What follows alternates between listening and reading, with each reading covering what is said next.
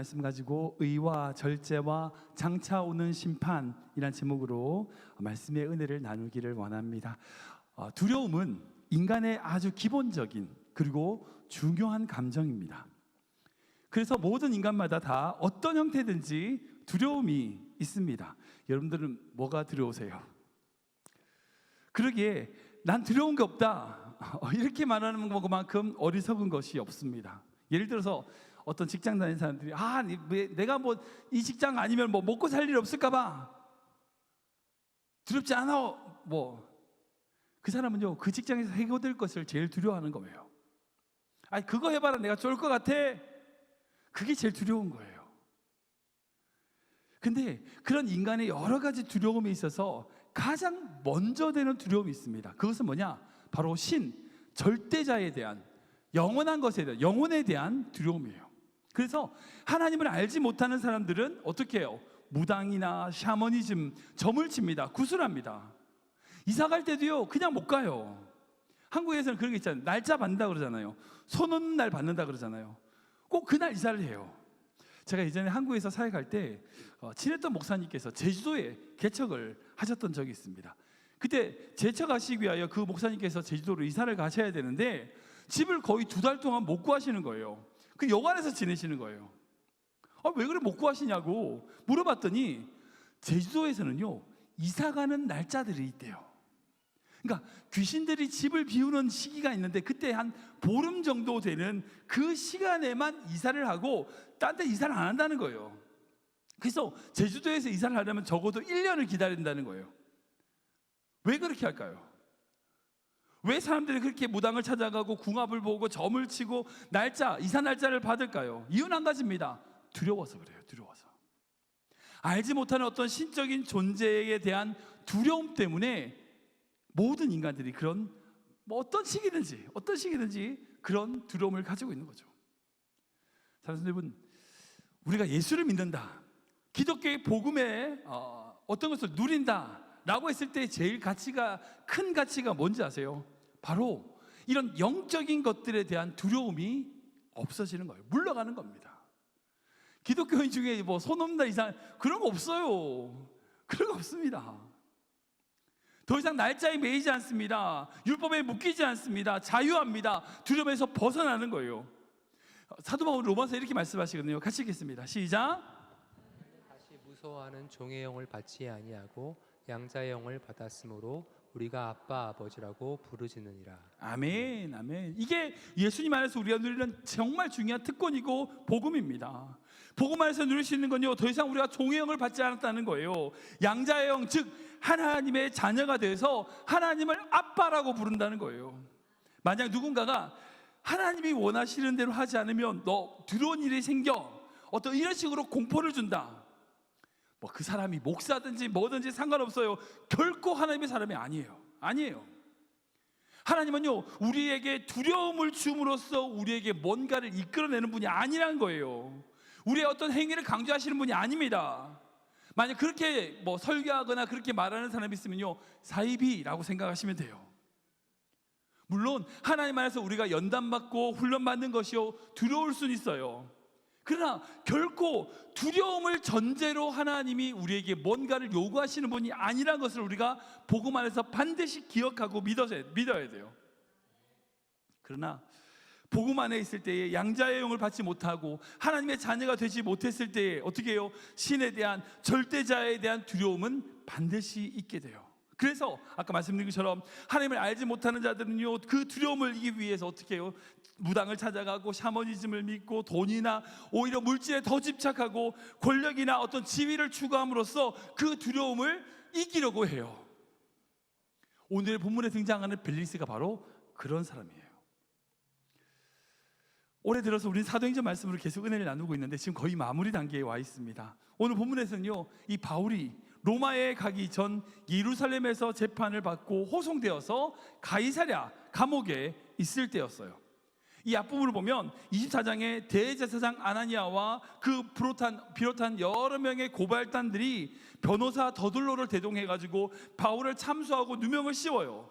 근데 그 모든 계획이 그 바울의 변증으로 말미암아 그 사건의 모든 전말들, 진실이 드러나는 것을 이 본문 바로 앞에 보게 됩니다.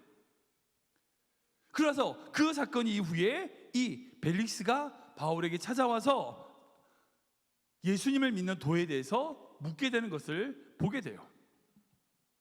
오늘 본문에 등장하는 이 총독 벨릭스와 사도 바울의 모습은요, 좀 상반되는 인물입니다. 벨릭스는 어떤 사람이에요? 총독입니다.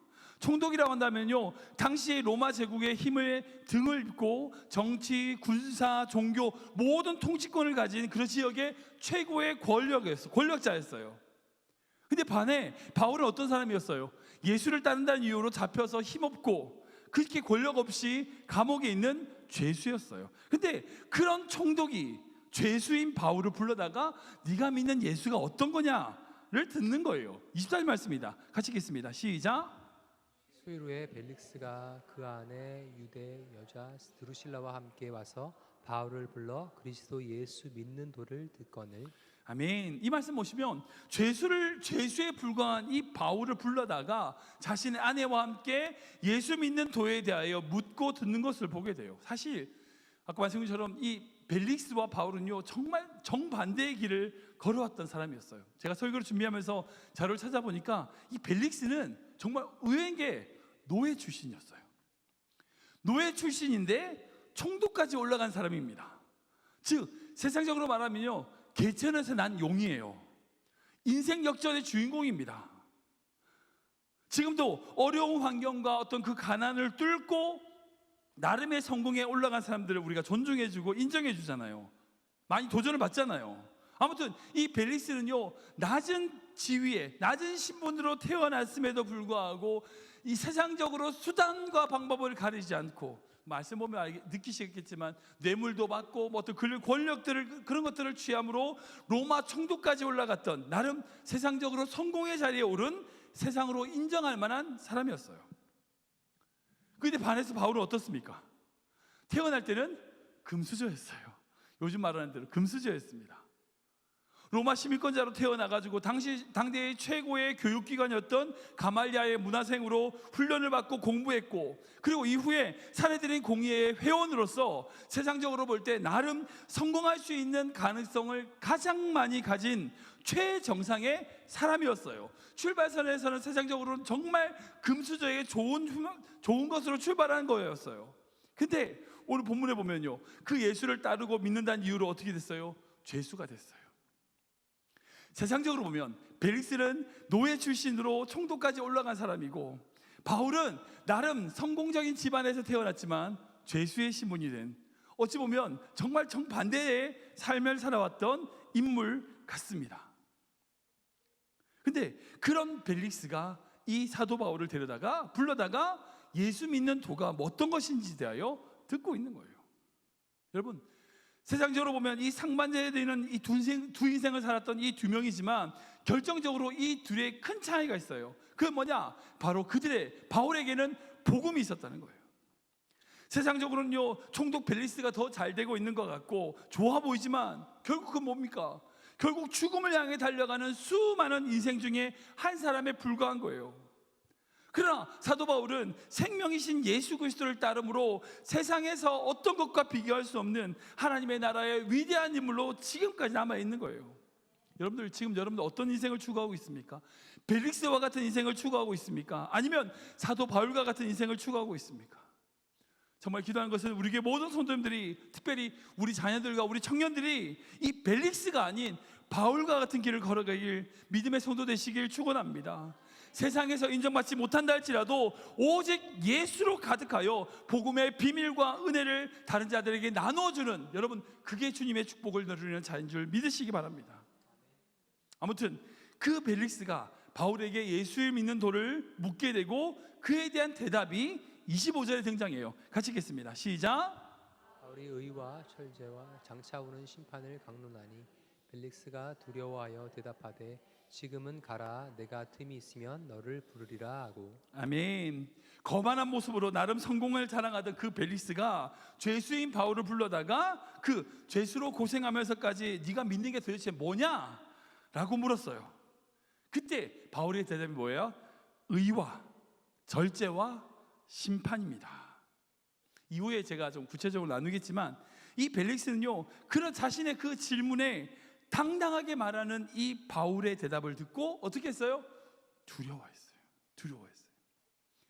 여기서 두려워하다는 것은요, 호보스란 헬라어인데 이건요, 두려움에 사로잡히다, 깜짝 놀라다는 의미예요.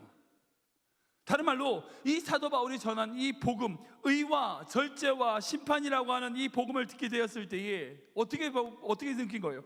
그동안 자신이 걸어왔던 그 모든 길, 자신이 추구했던 그 모든 길이 잘못되었음을 발견한 거예요.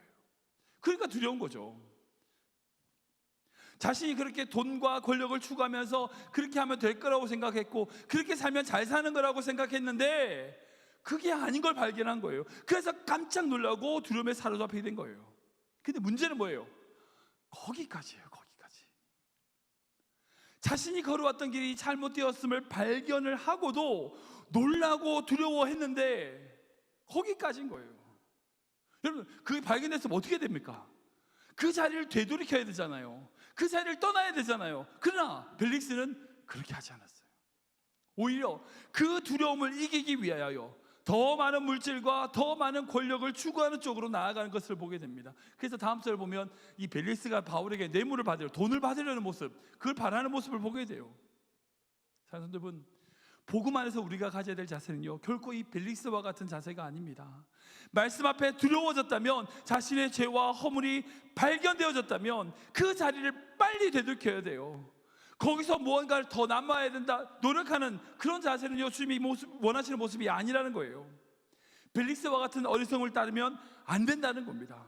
그렇다면 그 벨릭스를 두렵게 만든 바울이 전한 복음의 정수, 복음의 핵심이 뭐였습니까? 25절 다시 읽을까요? 같이 읽겠습니다. 시작. 바울이 의와 절제와 장차 오는 심판을 강론하니 벨릭스가 두려워하여 대답하되 지금은 가라, 내가 틈이 있으면 너를 부르리라 하고. 총 3개입니다. 뭐예요? 의와 절제와 심판. 그저 돈만 권력만 추구했던 이 벨릭스를 두렵게 만든 바울이 전한 복음이 무엇인지를 좀 구체적으로 보기 원합니다. 첫 번째는 의예요. 의. 우리 로마서 말씀인데요, 같이 읽겠습니다. 시작. 안에 있는 성령으로 말미암아 하나님의 은혜로 값없이 의롭다 하심을 얻은 자 되었느니라. 아멘. 바울이 이 벨릭스에게 전한 의는요, 어떤 인간의 의로움, 인간의 의가 아니에요. 바로 하나님의 은혜로 값없이 주신 의입니다. 의로움입니다. 그러게 이 의는요, 하나님과의 바른 관계를 뜻하는 거예요. 즉, 인간이 자기의 삶의 우선순위를 하나님께 드리는 거예요. 여러분들 생각해 보세요. 예를 들어 결혼한 남녀가 있어.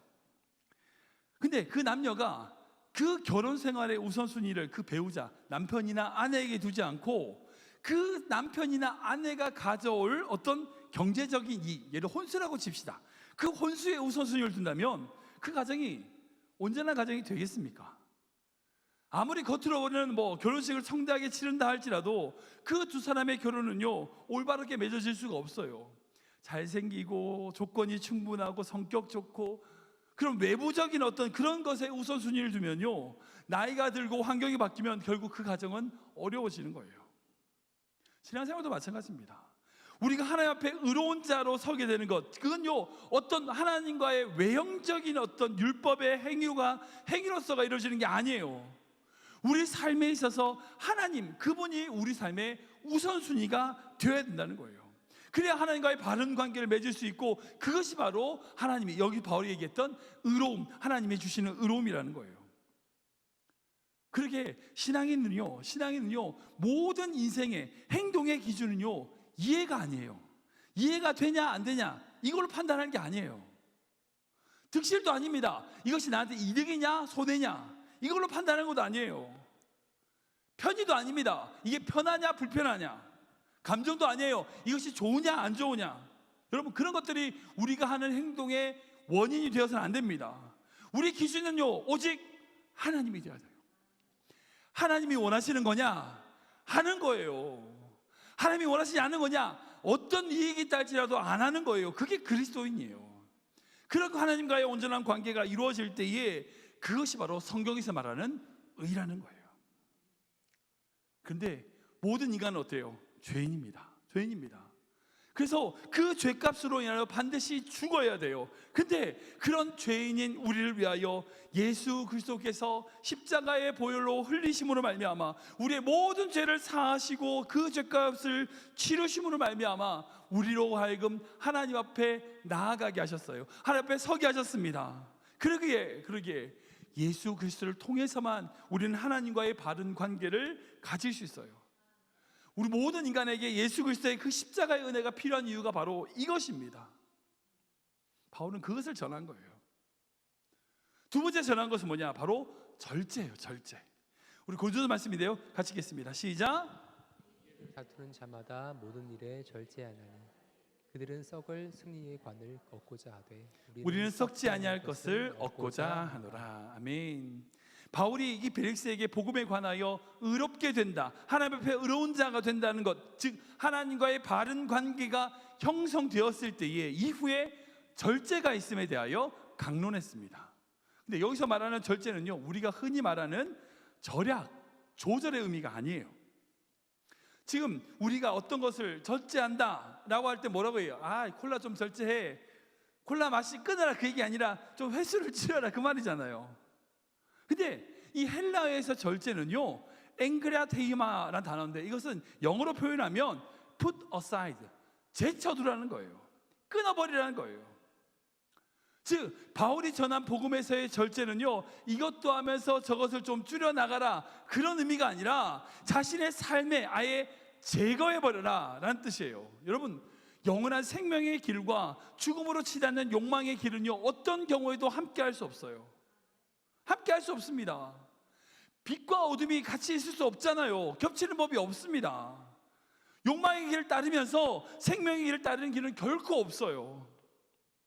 하나님과의 바른 관계가 형성된 자로서 자신의 삶의 방향을 전환하고 영원한 승리, 그리고 썩지 아니할 면류관을 얻기 위하여 자신의 삶을 끊어내는 것, 이것이 바로 바울이 얘기했던 절제라는 거예요. 그리고 세 번째로 심판에 대하여 얘기했습니다. 우리 요한복음 말씀인데요, 같이 읽겠습니다. 시작. 너에게로느니 내 말을 듣고 또 나 보내신 믿는 자는 영생을 얻고 심판의 일은 사망에서 생명으로 옮겼느니라. 아멘. 그리고 나서 이후에 모든 인간에게는 죽음 이후에 뭐가 있다고요? 심판이 있다는 거예요. 하나님의 영원한 심판대 앞에 모든 자들이 서게 될 것이라는 거예요. 근데 성경에서 말하는 하나님의 심판은요, 두 가지 의미가 있습니다. 첫 번째 심판대는 형벌의 심판대예요. 그 뭐냐? 예수님이 원하시는 생명의 길을 가지 않고 사망과 어둠의 길을 걸어갔던 자들에게 형벌이 주어지는 하나님의 심판대가 있습니다. 근데 두 번째 심판대는 뭐냐? 세마심, 상주심의 심판대가 있는 거예요. 즉 하나님의 자녀, 하나님의 그 생명의 길을 걸어갔던 그 자녀에게 하나님이 허락하셨던 물질, 시간, 재능, 이런 것들을 주님을 위하여 어떻게 사용했는지를 하나님의 세마심, 그리고 하나님의 판단하심이 있다는 거예요. 그리고 그 세마심에 따라서 상 주시는 심판대가 있다는 거예요. 만약 하나님께서 세마시거나 상 주시는 그런 신 하나님이 아니라면 우리가 신앙생활 할 필요가 없죠. 애쓸 필요 없습니다. 히브리서는요, 이렇게 고백합니다. 같이 읽겠습니다. 시작. 믿음이 없이는 하나님을 기쁘시게 하지 못하나니 하나님께 나아가는 자는 반드시 그가 계신 것과 또한 그가 자기를 찾는 자들에게 상 주시는 이심을 믿어야 할지니라. 아멘. 아멘. 믿음으로 하나님을 기쁘시게 하는데 그 믿음이 뭐예요? 하나님이 계신 것, 또한 하나님께서 그를 찾는 자들에게 상 주시는, 즉 마지막 때에 우리에게 상을 주시고 세마심으로 상을 주시는 그 하나님을 믿을 때에 우리가 하나님을 기쁘시게 할 수 있다는 거예요.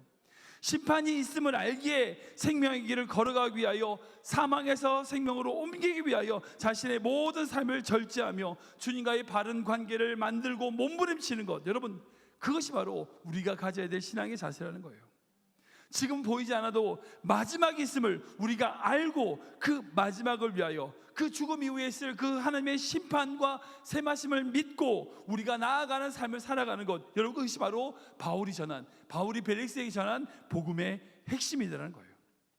그 바울은 그 벨릭스에게 하나님과의 바른 관계의 그리고 하나님과의 바른 관계를 통하여 삶에 행해야 될 절제, 그리고 그 절제를 통하여 우리가 마지막에 만나게 될 그 하나님의 심판에 대하여 전한 거죠.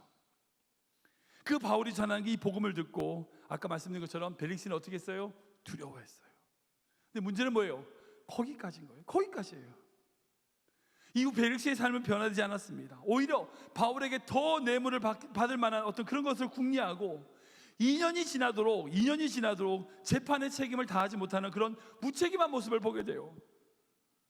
여러분, 혹시 이 벨릭스의 모습이 우리의 모습은 아닌지 스스로 점검해야 됩니다. 혹시 우리도 벨릭스와 같이 말씀을 들을 때 찔림이 있고 잠깐 두려움이 있다가도 실생활에 가서는 세상 염려, 세상 것, 돈, 물질, 다른 사람의 시선, 이런 것들 때문에 우리가 하나님을 섬기지 못하는 그런, 여전히 그 자리에 머물고만 있는 그런 모습은 아니지 우리 스스로 점검해야 돼요. 만약 벨릭스가 바울이 전한 그 복음을 듣고 그의 삶을 그때 변했다면 어떻게 했을까요? 그의 삶의 방향을 바꿨다면 어떻게 했을까요? 정말 하나님과의 관계에 의를 세우고 절제하며 그 심판을 바라보면서 그의 삶을 바꿨다면 어떻게 됐을까요? 그는 분명 하나님의 위대한 인물로 남았을 겁니다. 그러나 두려워했지만 삶의 방향을 그는 바꾸지 않았어요. 혹시 우리가 그런 벨릭스와 같이 어리석은 그 모습은 아닌지 스스로 점검하고 살펴야 합니다. 여러분, 하나님이 우리에게 주신 그런 변화의 기회를 놓쳐서는 안 돼요. 말씀을 정리하겠습니다. 지금 바울은요, 이 총독 벨릭스의 질문 앞에 당당하게 자신이 믿는 복음, 즉 예수 그리스도를 믿는 도에 대하여 전하고 있어요. 그것은 바로 의와 절제와 장차 오는 심판이라고 강론하고 있습니다. 근데 이것은 이해하는 것에 있어서는, 믿는 것 순서는 이 순서, 의와 절제와 심판이라고 하는 순서이지만 우리가 살아가는 방법은요, 역순이에요. 설명대로는 그래요. 처음에 우리가 예수님을 믿게 되고 하나님과의 바른 관계, 의를 알게 되고 그 의로 말미암아 절제함을 배우고 그 절제함으로 결과적으로 하나님의 상 주시는 그 심판대 앞에 서게 되는 거죠. 즉 의와 절제와 심판이라고 하는 진행 순서로 우리는 믿고 이해하게 됩니다. 근데 우리가 다 알잖아요. 그러면 이 말씀을 살아내기 위해서는요, 역순으로 이해해야 돼요. 심판을 기억하고 그리고 그 심판으로 말미암아 절제하고 그 절제로 하나님과의 관계인 의를 세워나가는 거죠. 무슨 말이냐? 하나님의 세마심, 하나님의 어떤 상주심, 우리가 믿어야 돼요. 우리가 마지막 때에 정말 하나님 앞에 서게 된다는 것을 믿어야 돼요. 여러분, 지금 이런 모습으로 하나님 앞에 섰을 때 여러분들 하나님께 칭찬받을 만한 자신 있으세요? 우리가 스스로 점검해 보세요. 내가 하나님 앞에 나아갔을 때에 하나님이 나에게 뭐라고 말씀하실까? 그 하나님의 세마심과 심판 앞에 서기 위하여 우리가 어떻게 해야 돼요? 그 심판을 진짜 믿으면 절제하게 되는 거예요. 주님이 원하시는 길을 걸어갈 수 있습니다. 주님이 원하시는 것을 행할 수 있어요. 나는 미워. 근데 그 하나님의 그 세마심을 바라보기 때문에 그 미운 사람을 용서하고 이해하고 품는 거예요. 하나님께 드릴 수 없어. 아까워. 근데 하나님의 세마심을 믿고 바라보기 때문에 지금 나의 삶에서 하나님의 필요한 것을 드릴 수 있는 거예요. 절제할 수 있는 거예요. 끊어낼 수 있는 거예요. 근데 그런 절제로 말미암아 어떻게 되는지 아세요? 하나님과 더 깊은 관계가 되는 거예요. 하나님이 세워주시는 그 의로움의 놀라운 은혜를 더 누리게 되는 거예요. 그러니까 우리가 믿고 의지하는 것은 의와 절제와 심판이라고 하는 순서지만 우리가 정말 그 삶을 살아가기 위해서는요, 항상 기억해야 될 것이 심판, 그리고 그 심판을 통하여 절제하며 우리 삶에 하나님의 바른 관계를 세워나가야 된다는 거예요. 여러분, 근데 벨릭스가 이 바울에게 야, 네가 믿는 예수의 도가 뭐냐? 라고 물어봤을 때에 정말 거침없이 대답하는 이 바울의 모습을 보면서 참 부러웠습니다. 당당하게 복음에 대하여 거리낌 없이 전하는 이 바울이 너무 존경스러운 거예요. 만약 여러분들 누군가 여러분들에게 집사님, 권사님, 장로님 뭐 믿으세요? 믿고 있는 복음에 대해서 복음이 도대체 뭐예요? 만약 묻는다면 여러분 이렇게 강론하실 수 있겠습니까? 단번에 설명할 수 있겠습니까? 근데 바울은 그런 대답에 대하여 어떤 계획하거나 준비한 게 아니었어요. 삶이었어요. 삶. 그의 삶에는요 항상 복음을 전할 준비를 하며 살아가고 있었던 거예요. 즉 다른 말로 예수로 충만한 사람이었던 거예요. 저는 우리 모든 성도님들이 이 세상 속에서 예수로 충만하시길 축원합니다. 예수의 충만함으로 어떤 상황일지라도 복음을 담대히 전하는, 세상 어떤 것도 두렵지 않는, 세상 어떤 풍랑도 환난도 두렵지 않는 성도 되시길 축원합니다. 세 가지 꼭 기억하세요. 하나님과의 바른 관계인 의, 그리고 그 의롭다 하심을 말미암아 우리 삶에 행해야 되는 절제, 그리고 그 절제함으로 장차 이후 하나님께 받게 될 놀라운 상급, 그 심판의 상급, 그 상주심, 그것을 바라보며 우리 삶의 날마다 예수로 충만한 귀한 성도 되시길